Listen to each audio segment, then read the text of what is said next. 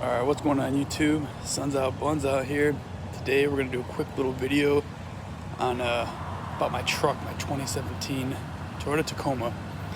And the problem I kind of running into, and one little fix we're going to do, or I'm going to tweak, which is going to help a lot of people try and fit 33s. This is one tip, one little quick thing I'm going to do right now while I still got some sunlight. So, first I want to go and look at my wheel clearance.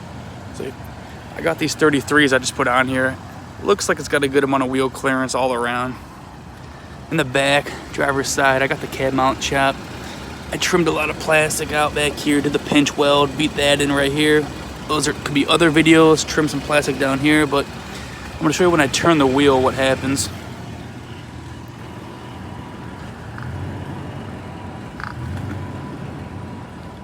So I'll turn it a little bit. You can see it just cuts in right here. We'll turn a little bit more.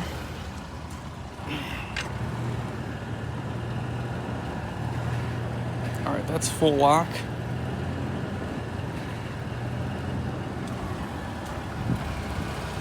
So full lock, I do clear as of right now.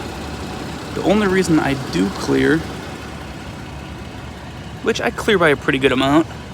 I mean, probably about a finger or two or so.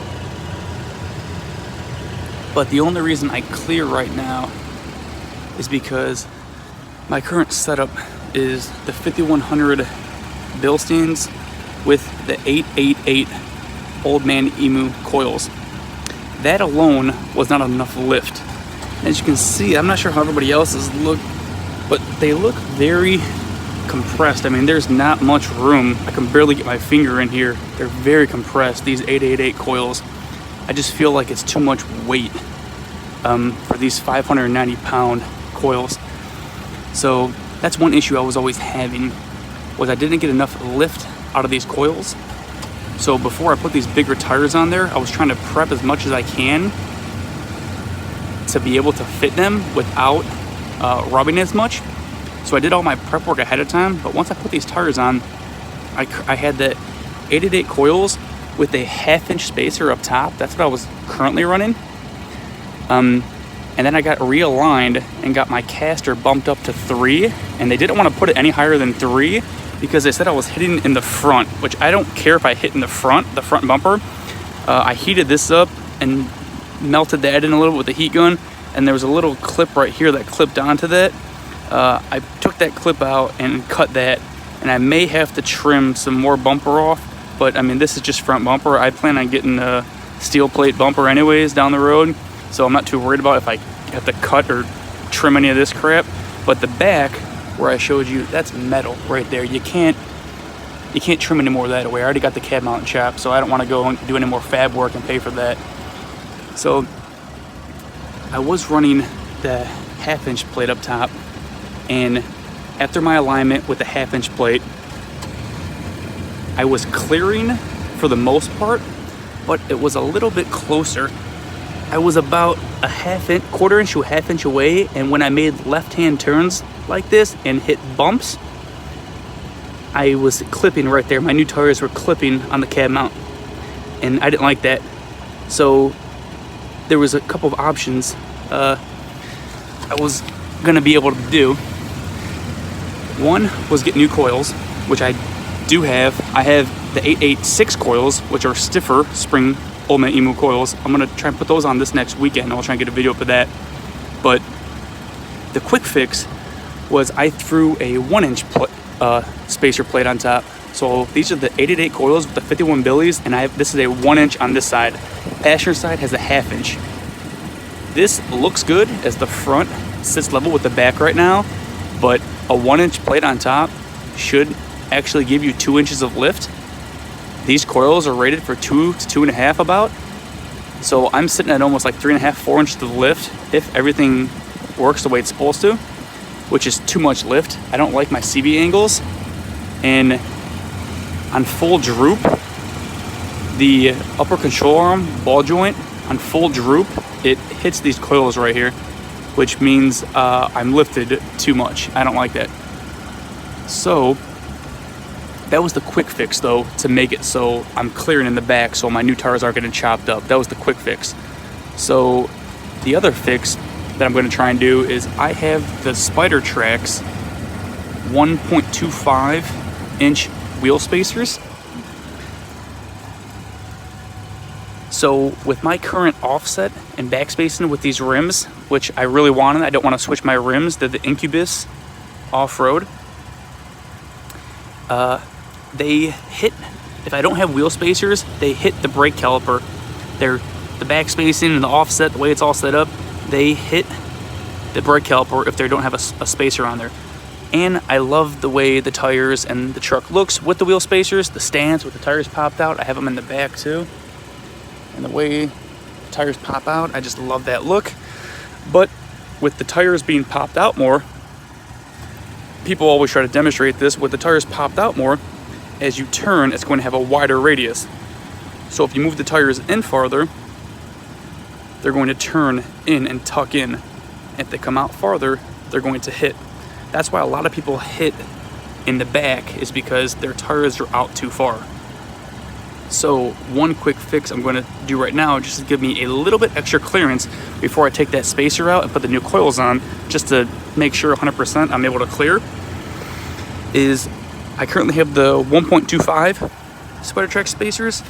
I'm going to throw the 0.75 inch Bora hub-centric wheel spacers on there. So it's only going to go from 1.25 to 0.75, so I'm going to take a ½ inch off.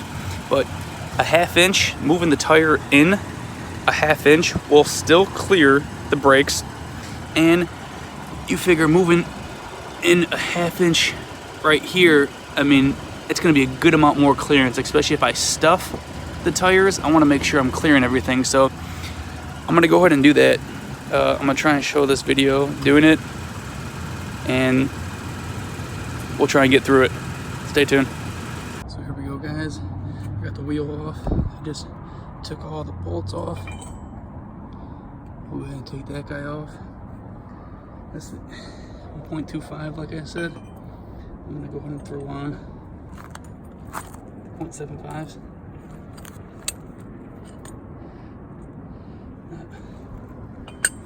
Not too much of a difference. ½ inch. So I'm gonna go ahead and clean this up a little bit, and then I'll throw a head Loctite on there. I'm gonna go and clean up a little bit, and then I'll go ahead and throw some more Loctite and throw this new one on there really quick. So as you can see, there we go. We got the new one on there. Took the old one off. That's how much thicker they were. So got the new one on. I'm gonna go ahead. I should still clear the brake caliper. We're gonna throw the tire back on, and I threw some Loctite on these guys. And as you can see, they do stick out. Sometimes they say you might need a trim. Those studs do stick out a little bit, but my rims, those will be sticking out right in here. So my rims have a little hole right there for them to stick into, so I don't think it'll be a problem for me. Otherwise, you might have to trim those stock ones down. But let's go ahead and throw the tire back on, make sure we clear, and see if we can notice any little bit of difference as of right now. Got the wheel back on. I got them at full lock again.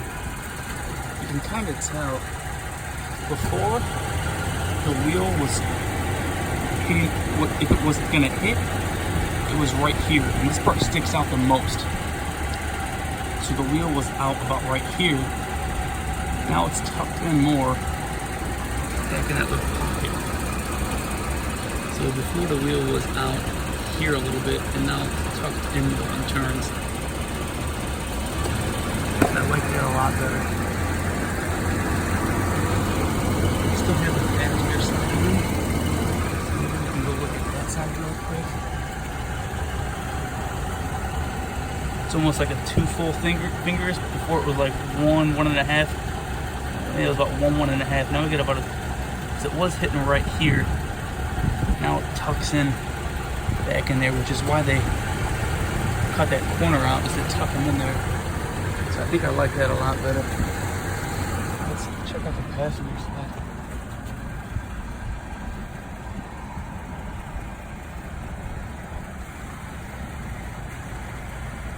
It's full lock the other way. So in the front too, it tucks in a little more. Before I was hitting here, now it tucks in to right there.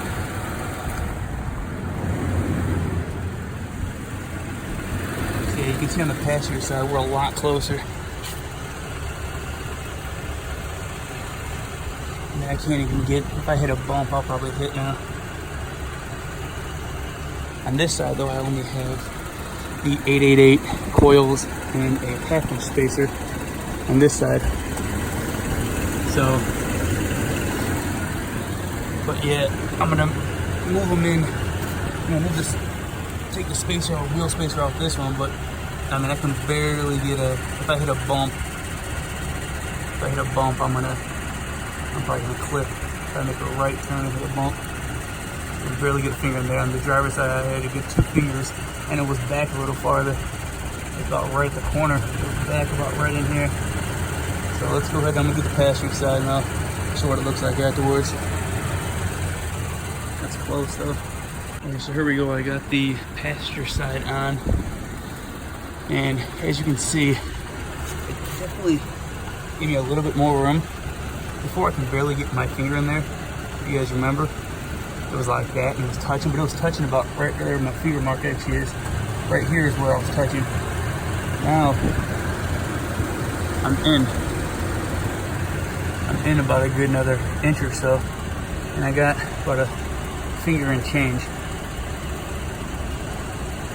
or a little bit more than a finger, if I put it that way. So it definitely gave me a little bit more room. Like I said, I'm trying to get anything that I can, is what I'm trying to get, to make sure I can clear. For the next step, what I'm going to do is I'm going to take these spacers off, take these coils off, put the 886 coils on, maybe put this half-inch spacer back on the driver's side and put a 1/4 inch here on the passenger side, depending on what the coils do. And then I'm going to realign and try and get my alignment bumped up to like a 3-3 on the caster, just to make sure I get a full clear.